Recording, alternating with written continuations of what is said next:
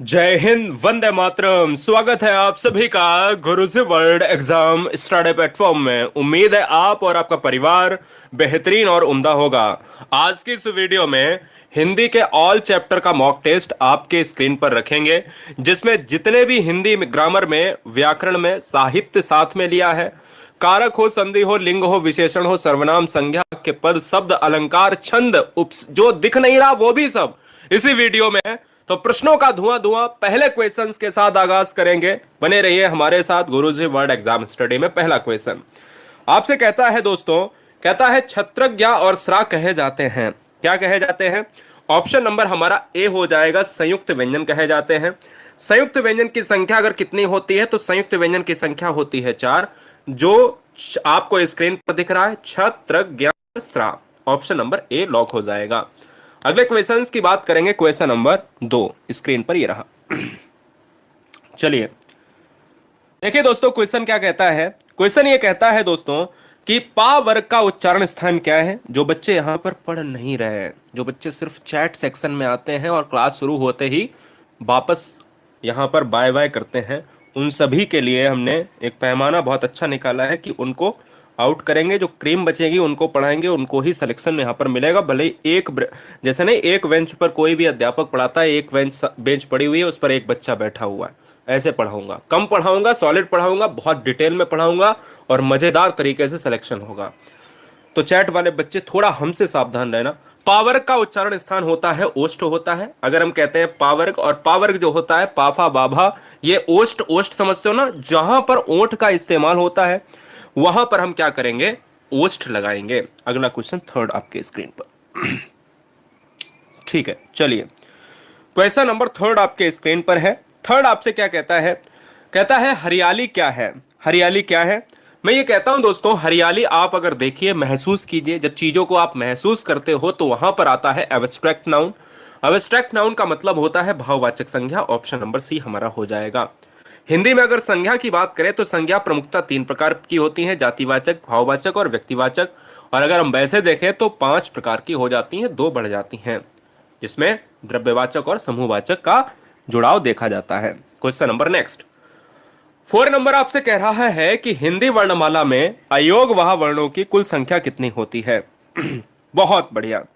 एक बार अपने मित्रों में इस वीडियो को शेयर करिएगा। सभी बच्चे, सारे प्लेटफॉर्म पर जितने भी बच्चे जुड़े हुए हैं, अपने व्हाट्सएप पर जितने भी मित्र हैं ग्रुप से, उनको शेयर कर दीजिएगा। हिंदी वर्णमाला में अयोगवाह वर्णों की संख्या कितनी होती है? अगर अयोगवाह वर्णों की संख्या देखी जाए तो होती है 2। कौन कौन सी होती है? एक होता है आपका अंग और एक होता है आपका आहा होता है। तो ये चीज आपको डिटेल में याद रखनी है, ठीक है ना। चलिए अगले क्वेश्चंस पर आएंगे। 5 नंबर संधि से प्रश्न लिया है। संधि से प्रश्न लिया है, कहता है रामायण का सही संधि विच्छेद क्या होगा। अगर आप रामायण की बात करें तो रामायण की अगर मैं बात करता हूं तो होता है रामधन अयन। क्या होता है? रामधन अयन बराबर होता है रामायण। और जब रामधन अयन हो जाएगा तो ऑप्शन नंबर किसके साथ? ऑप्शन नंबर बी होगा। संधि की बात करें तो संधि क्या स्वर होगी? कमेंट कीजिए। तो फिलहाल इस क्वेश्चन का आंसर होगा बी। साथ ही साथ अगर संधि की बात हुई है तो संधि क्या है? संधि वो है जो वर्णों के मेल से बनती है। संधि के प्रकार कितने होते हैं? संधि के प्रकार होते हैं 3 होते हैं, स्वर, व्यंजन और विसर्ग। अगला क्वेश्चन है 6 नंबर आपके स्क्रीन पर है। अभिद्य का सही संधि विच्छेद क्या होगा? अभिद्य का सही संधि विच्छेद क्या होगा? बहुत आसान है। 2 चीजें मैं पूछूंगा इस क्वेश्चन से, एक तो उसका संधि बता दो और एक तो संधि विच्छेद बता दो। देखो दोस्तों, अभिद्य की बात करें तो एक तो जब भी कोई भी आधा वर्ड लटका होता है यारा लावा पर तो वो अभी हो जाता है।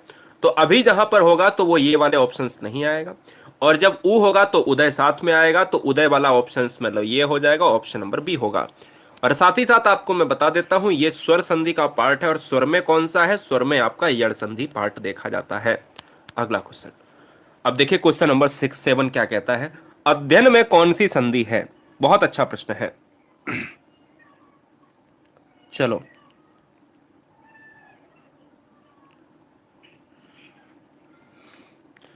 अध्ययन में कौन सी संधि है? अगर आप अध्ययन को देखोगे तो ट्रिक क्या है, नोट कीजिएगा। ट्रिक अगर आपको दिमाग में नहीं आ रही तो आपको 4 वर्ड याद रखने, या रा ला वा। ये क्या होते हैं? अंतस्थ व्यंजन होते हैं। अंतस्थ व्यंजन के ऊपर कोई आधा वर्ण लटका हो, देखिए या के ऊपर आधा वर्ण धा लटका हुआ है, तो दुनिया का कोई आधा वर्ण इन 4 अक्षरों के ऊपर अगर लटका है तो वो यड़ संधि का उदाहरण होता है दोस्तों। इसलिए इस क्वेश्चन नंबर 7 का जो आंसर जाएगा वो सी ऑप्शन हो जाएगा। अगला क्वेश्चन 8 नंबर आपके स्क्रीन पर है, आपको बताना है कि आंसर क्या होगा। 8 नंबर क्या कहता है? 8 नंबर आपसे कहता है कि बहिष्कार का सही संधि विच्छेद क्या होगा।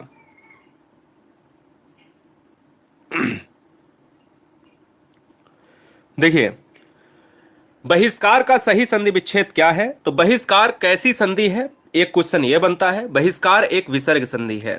कैसी है? विसर्ग संधि है। बहिष्कार एक विसर्ग संधि है। बहिष्कार को देखा जाए तो बही धनकार होता है और बही धनकार के साथ ऑप्शन नंबर ए लॉक हो जाएगा। क्लियर है? विसर्ग का इस्तेमाल कब होता है? जब स्वर और व्यंजन साथ में मिलते हैं तब विसर्ग का निर्माण होता है। अगले क्वेश्चंस पर आएंगे 9 नंबर। सब्सक्राइब करने के साथ नए बच्चे अपना डिस्ट्रिक्ट जरूर कमेंट करें कि गुरुजी वर्ड एग्जाम स्टडी प्लेटफॉर्म में ये रोज रात 8 बजे चलती है क्लास, आप सभी के लिए कंटिन्यू होगी। और मैं आपको बता देता हूं कि डिस्ट्रिक्ट जरूर कमेंट करें जो नया बच्चा जुड़ रहा है, नई बहन, नया भाई। नेक्स्ट, अंजनी सुत में कौन सा समास है? अंजनी सुत, अंजन के पुत्र। अब सुत का मतलब होता है पुत्र और सुता का मतलब होता है पुत्री। अब जहां पर अंजन सुत की बात हो जाएगी तो हम ये कहेंगे कि हो जाएगा वो बहुब्री समास। क्यों हो जाएगा? क्योंकि अर्थात हनुमान की बात हो रही है, जहां पर हनुमान जब वर्ड लिखा हुआ नहीं लेकिन दूसरे अर्थ में हनुमान आ रहा है तो वहां पर बहुब्री समास हो जाएगा। और याद ये रखना है दोस्तों कि समास के जो प्रकार होते हैं वो एग्जाम में भी पूछे जाते हैं। तो टाइप्स कितने होते हैं? 6 प्रकार के होते हैं। और आपको यह भी याद रखना है कि समास के प्रकार के साथ साथ समास कैसे बनता है, तो पदों या शब्दों के योग से बनता है। आंसर हमारा ऑप्शन नंबर सी जाएगा। अगला 10 नंबर आपके स्क्रीन पर है, आपको यहां पर जवाब देना है। कहता है कि निम्नलिखित में किस शब्द में बहुब्री समास नहीं है? बड़ा अच्छा प्रश्न है। बहुब्री समास नहीं है, बहुत बढ़िया प्रश्न है। अब ध्यान देना है दोस्तों इस क्वेश्चन में कि ऑप्शंस में आप दशानन देखो, मृत्युंजय देखो, पंचवटी देखो, क्या ना? हाँ बिल्कुल, हम बीपीएससी को हम पूरी तरीके से हम उस पर कवर करेंगे, टेंशन मत लीजिएगा। अभी क्वेश्चन कीजिएगा, उसके लिए एक शेड्यूल हम तय करेंगे। हिंदी तो आपकी 8 बजे से हो जाएगी, कोई दिक्कत नहीं, लेकिन उसके लिए स्पेशल वे में हम चीजों को चलाएंगे। अभी फिलहाल 10 नंबर देखिएगा। कहता है कि निम्नलिखित में किस शब्द में बहुब्री समास यहां पर नहीं है? दशानन में क्या है? बोलो सर है, अर्थात रावण। मृत्युंजय में जो मृत्यु पर जय प्राप्त करता है, अर्थात कौन? कमेंट कीजिएगा। पतझड़, जो बच्चा पतझड़ मार रहा है उन सभी को बताना चाहेंगे कि पतझड़ में क्या होता है, कि पतझड़ भी दोस्तों होता है आपका बहुब्री। लेकिन पंचवटी इस क्वेश्चन का आंसर हो जाएगा, इसमें बहुब्री ना होकर इसमें द्विगु होगा। अब बच्चा कहेगा सर पतझड़ में क्यों नहीं? पतझड़ का मतलब होता है जिस ऋतु में पत्ते झड़ते हैं, अर्थात पतझड़, तो ये हो जाता है बहुब्री समास। ये मृत्युंजय भी बहुब्री समास, दशानन भी बहुब्री, ये जाता है आपका द्विगु के साथ। अगला क्वेश्चन 11 नंबर। 11 नंबर कहता है कि इनमें किस शब्द का विलोम अगम है? अगम। अब आपसे मैं पूछता हूं दोस्तों, अगम की बात अगर की जाए, क्या ना, अगम की बात अगर की जाए तो अगम का मतलब क्या होता है? तो अगम का मतलब जानने से पहले आप जान लो कि इसका विलोम क्या होता है। अगम का मतलब होता है, अगम का जो है विलोम होता है यहां पर सुगम होता है।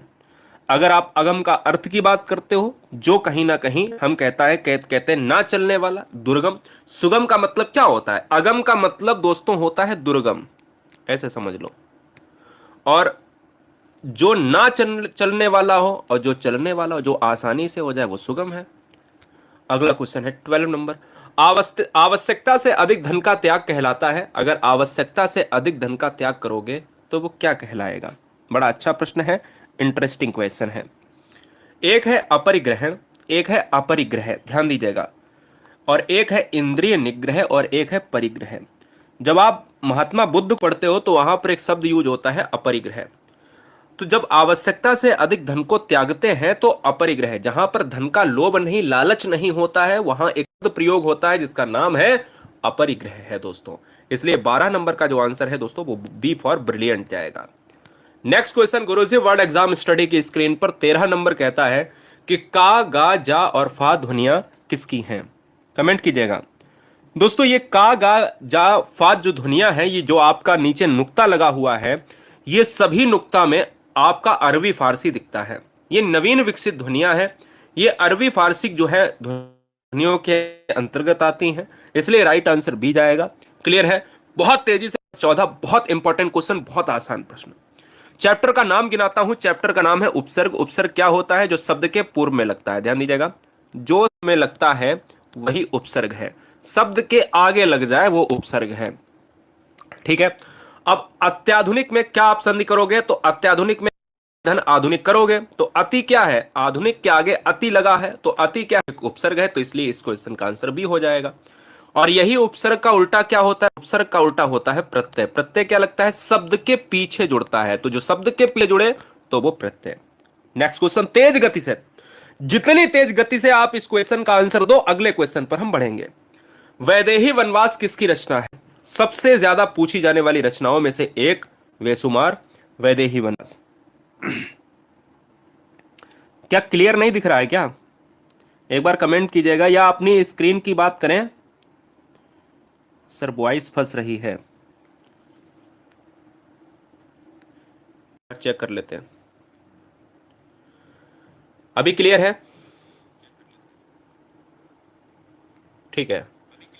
हाँ, वैदेही वनवास की बात करें तो वैदेही वनवास जो है किसकी रचना है? तो ये है अयोध्या सिंह हरिऔध की है, ऑप्शन जाएगा बी के साथ। मैथिली शरण गुप्त को कहा जाता है हिंदी का प्रथम राष्ट्रकवि, यानी हिंदी का अगर राष्ट्रकवि पूछा जाए तो मैथिली शरण गुप्त को कहा जाता है। करें तो इनको भी राष्ट्रकवि कहा जाता है, लेकिन इनको द्वितीय राष्ट्रकवि।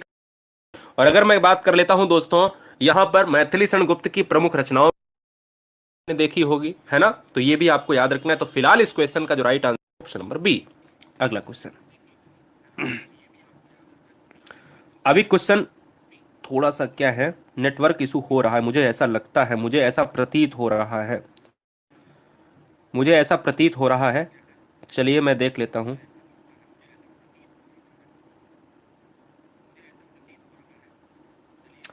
एक बार मैं इसको वीडियो को सही करता हूं, मेंटेन करता हूं, आप वेट करिएगा, ठीक है। मैं नेट को ऑफ करके नेट को ऑन करता हूं। क्या आप सभी हमारा 1 सेकंड का इंतजार, मतलब 1 सेकंड के लिए आप हमारा साथ देंगे? तो कहीं ना कहीं मैं इसको सही कर लेता हूं, ठीक है।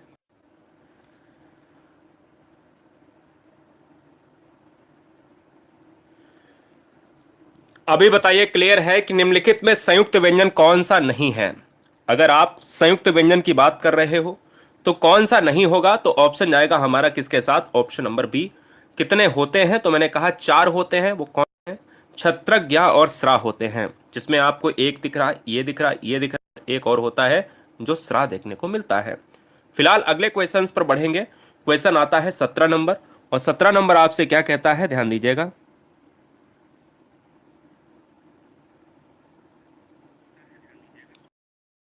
अब साफ आ रहा है, ठीक है। देखिए, निम्नलिखित में से सही वर्तनी वाला शब्द आपको चुनना है। सही वर्तनी वाला शब्द चुनना है। जवाब दिए, सही वर्तनी में अब्रजन लिखा जाता है, और वो कैसा लिखा जाता है?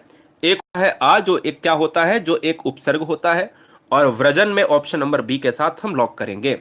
फिलहाल नेक्स्ट क्वेश्चन पर बढ़ेंगे, क्वेश्चन नंबर 18। ये आपके आईक्यू को चेक करेगा और आपका आईक्यू बताएगा कि कौन सा ऑप्शन सही होगा। जरा जवाब दीजिएगा। तो ये वीडियो में अब बच्चे चले जाएंगे क्योंकि कनेक्शन लॉस हो चुका था। कोई बात नहीं, हमने क्या बोला, बाद में कुछ बच्चे देखेंगे, कोई दिक्कत नहीं है। बस क्या ना, आप एक बार शेयर कर दीजिए जो बच्चे अब जा चुके हैं।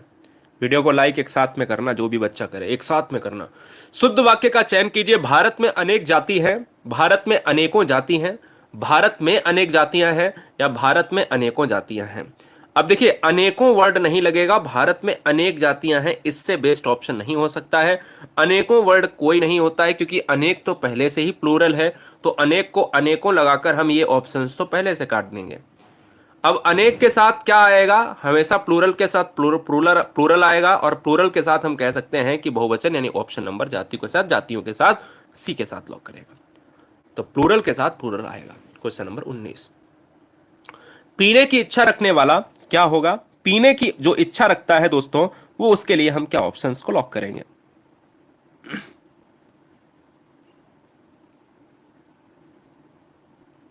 देखिए, पीने की इच्छा रखने के लिए हम पिपासु वर्ड यूज करते हैं, जो एक संस्कृत का वर्ड है, जो तत्सम वर्ड है।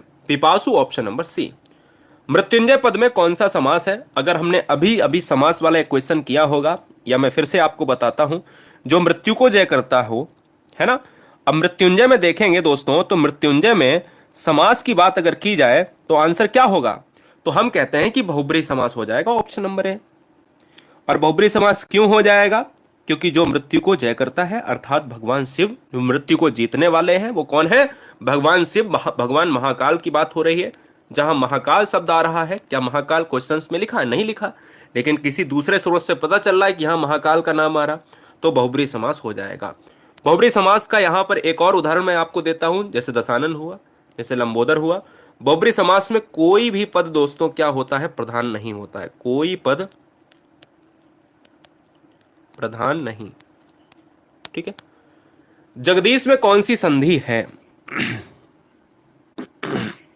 जगदीश में कौन सी संधि है? आपको लॉक करना है। देखिए दोस्तों, अगर मैं बात कर लेता हूं जगदीश, जगदीश में आप जगत वर्ड यूज करते हो ना, जगत, और जगत धन ईस शब्द यूज करते हो ना, तो ये जगत अलग हो जाता है, ईस अलग हो जाता है। बोलो क्लियर है ना? अब ये बताओ, इसमें हलंत लगा है, और ट्रिक ये कहती है जब भी आप संधि विच्छेद करो और उसमें अगर हलंत आ जाए तो दुनिया का हर शब्द हलंत वाला व्यंजन संधि हो जाता है। इसलिए right answer option number C. अगला अगला क्या कहता है? विश्लेषण शब्द का विलोम क्या होगा? जब भी चीजों को हम विश्लेषित करते हैं तो हम कहते हैं वो विश्लेषण है। और अगर हम बात कर रहे हैं दोस्तों 22 नंबर में, तो वो संश्लेषण हो जाएगा। 22 नंबर का जो आंसर है वो सी ऑप्शन हो जाएगा। अगले क्वेश्चन पर आएंगे 23 नंबर। 23 नंबर देखिए, निम्नलिखित में हिंदी भाषा की जो लिपि है वो क्या है? हिंदी भाषा की जो लिपि है वो क्या है? ग्रीक है, देवनागरी है, रोमन है, आरमाइक है। अगर हम हिंदी भाषा की बात करें तो एक चिंदी सा प्रश्न है, देवनागरी लिपि में लिखा जाता है। आर्टिकल 343 से लेकर 342, 343 से लेकर 351 तक जाता है। और मैं ये कहता हूं कि भारत में जो हिंदी होगी वो क्या है? राष्ट्रभाषा ना होकर राजभाषा होगी। ये बात आपको याद रखनी है। और इसकी जो लिपि होगी वो होगी देवनागरी। क्वेश्चन नंबर 24, भुलक्कड़ में किस प्रत्यय का प्रयोग किया गया है? बड़ा अच्छा प्रश्न है। भुलक्कड़ में किस प्रत्यय का प्रयोग किया गया है? ऑप्शन नंबर ए है आउ, ऑप्शन नंबर बी है अक, सी है अक्कड़, या फिर आक। अगर हम बात कर रहे हैं दोस्तों भुलक्कड़ में, तो ये अक्कड़ प्रत्यय लेकर आता है, क्योंकि प्रत्यय हमेशा कहां पर लगता है? पीछे जुड़ता है। और ये पीछे जुड़ता है, ये प्रत्यय होता क्या है? ये होता है शब्दांश। शब्दांश होता है, यानी शब्द का अंश होता है, चाहे वो आगे जुड़े चाहे वो पीछे जुड़े। 25 नंबर आपके स्क्रीन पर है, उसका कोट पुराना था।